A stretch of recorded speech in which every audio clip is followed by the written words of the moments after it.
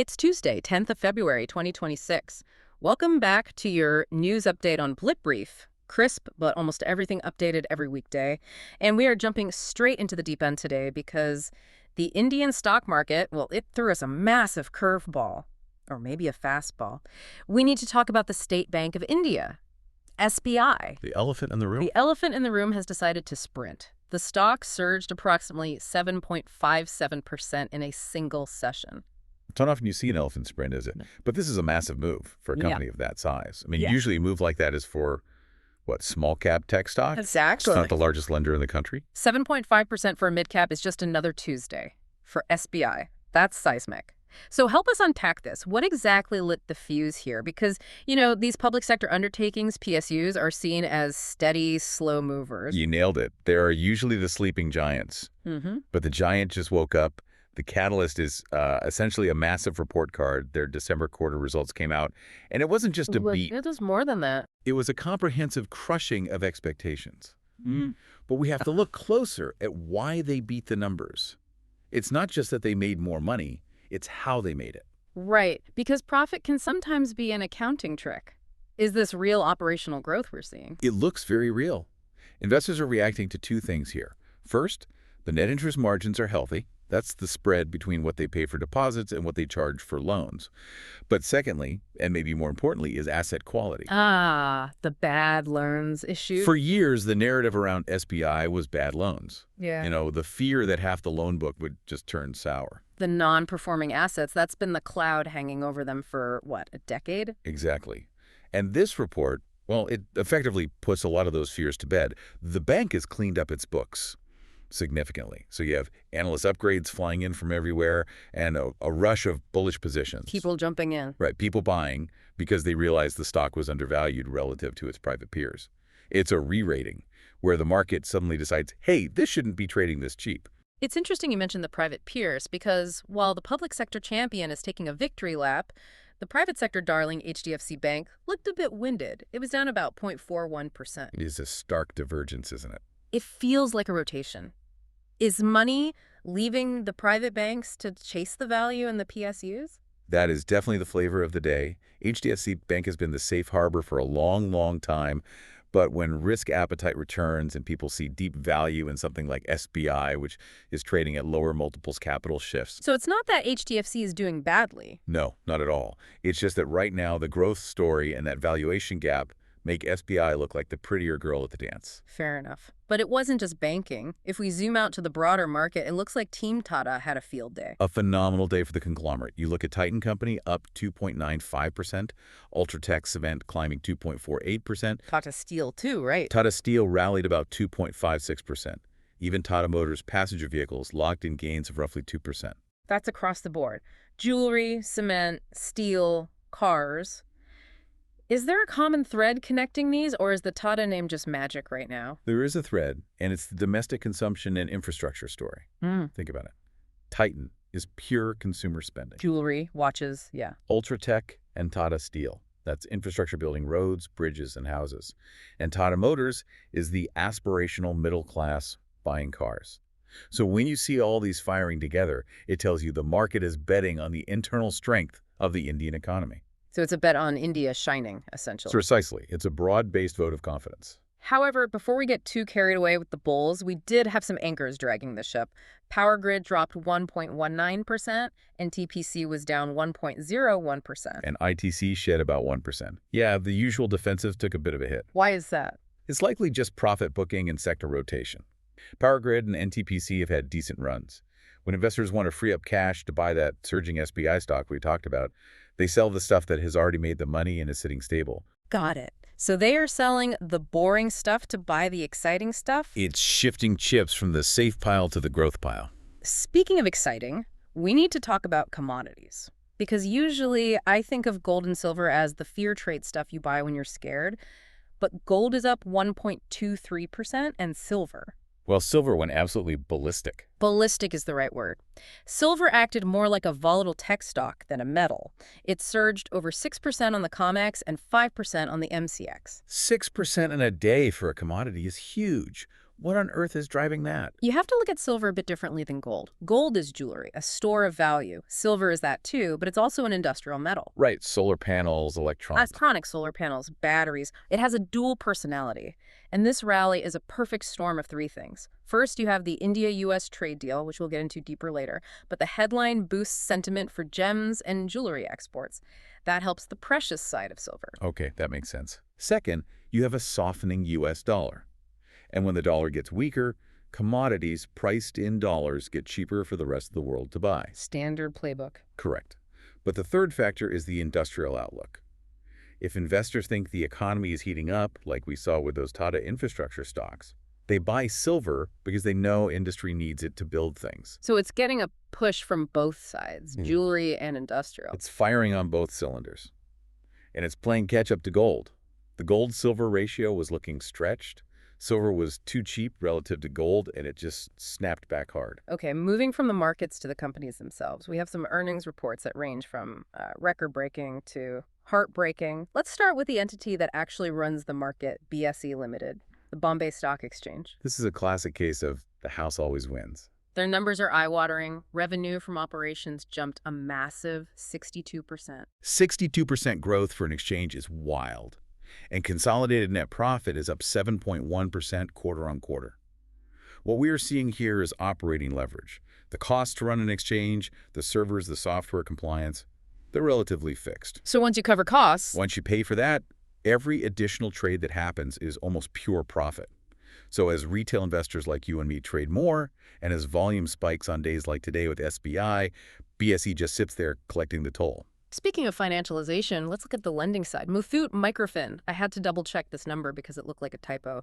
They posted a 16-fold increase in profit. 16-fold. 16. It does sound like a typo, doesn't it? Ah. But it's real. However, and this is a big however, we need to explain why. Please do, because I assume they didn't just find a pot of gold. They didn't lend 16 times more money. This profit jump is driven heavily by a fall in provisions. Can you just clarify provisions for us? Sure, when a lender expects a loan might not be paid back, they have to set aside money to cover that potential loss. That money is called a provision, and it eats into their profits. It's like saving for a rainy day. Okay, got it. What happened with Muthoot is that the rainy day didn't happen. Their borrowers are paying back loans on time. So Muthoot didn't have to set aside as much cash for defaults. That money they would have set aside flowed straight to the bottom line as profit. So it signals confidence that their borrowers, the micro-entrepreneurs, are actually healthy. Exactly. It's a credit quality story, not just a sales story. It's actually a very positive indicator for the grassroots economy.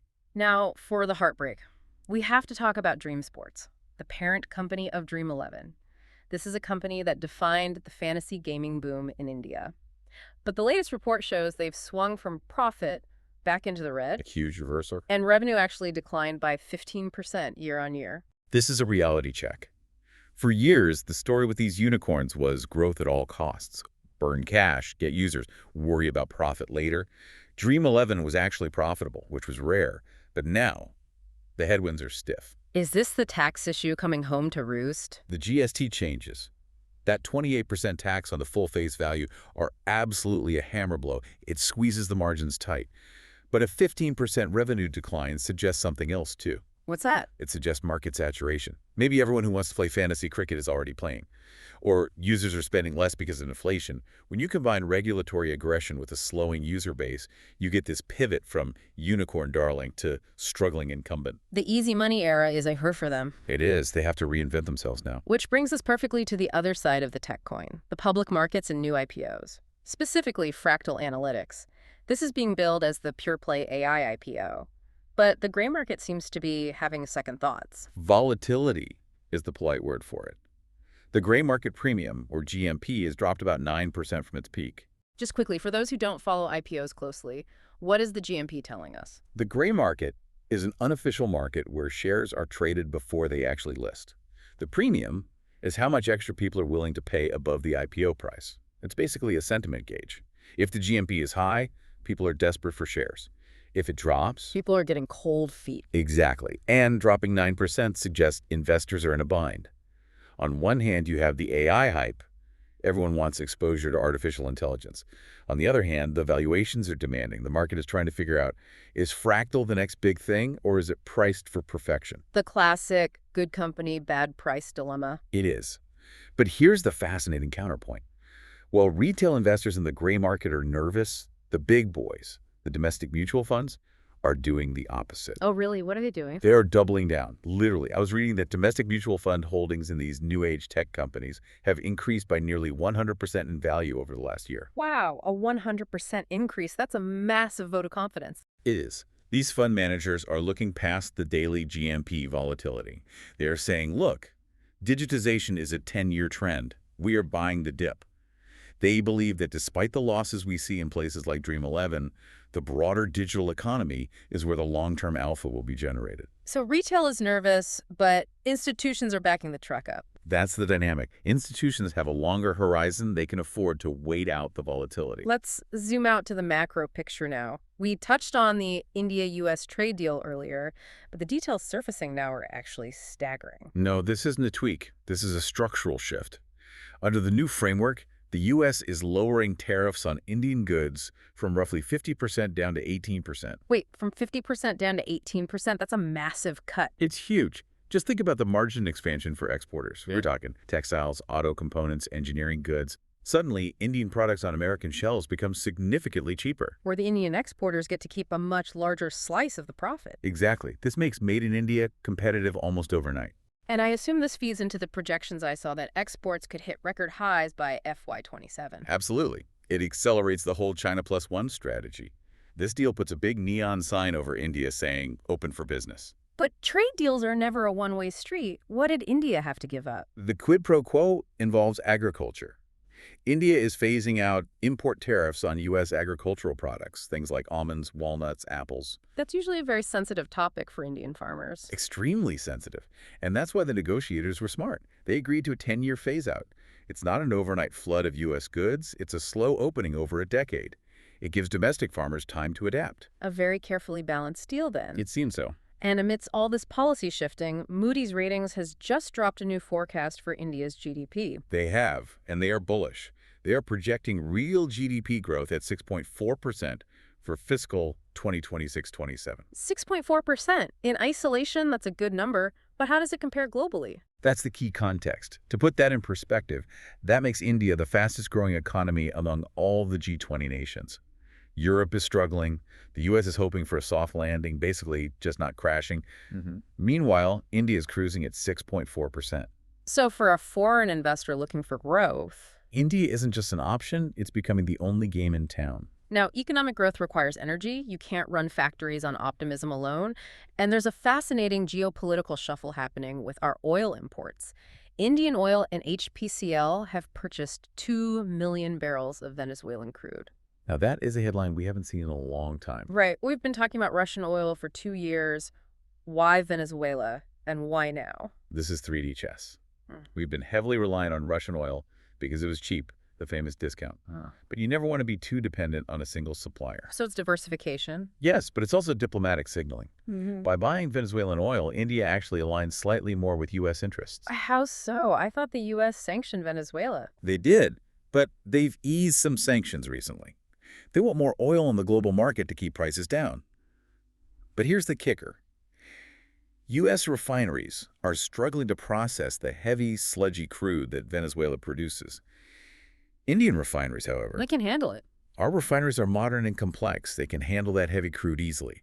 So we're taking the oil the U.S. wants on the market but can't easily refine themselves. So it supports the narrative of the India-U.S. trade deal we just discussed. Exactly. It shows Washington, look, we aren't just buying Russian oil. We are playing ball with your broader energy strategy, too. Clever. Speaking of U.S. strategy, it's not just India. They've signed a deal with Bangladesh, too. Yes, lowering tariffs to 19% for Bangladesh.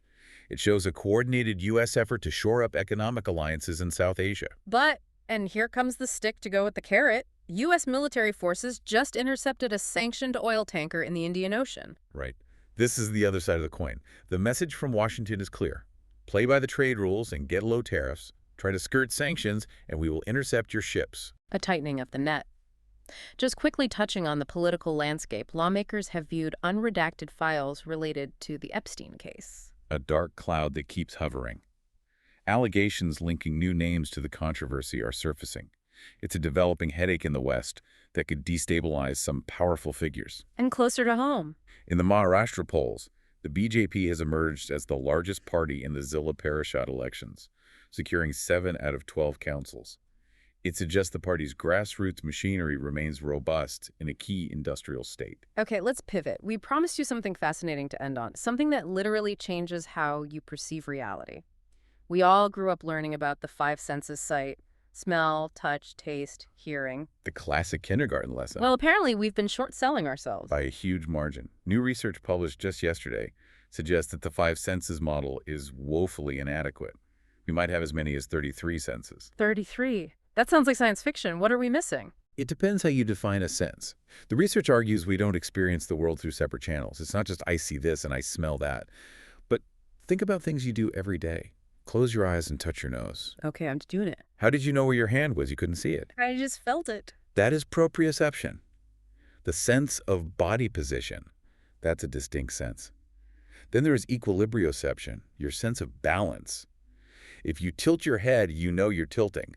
That's not touch or sight. That makes sense. What about internal stuff, like feeling hungry? That's interoception, feeling your heartbeat, feeling hunger, or even feeling that your bladder is full.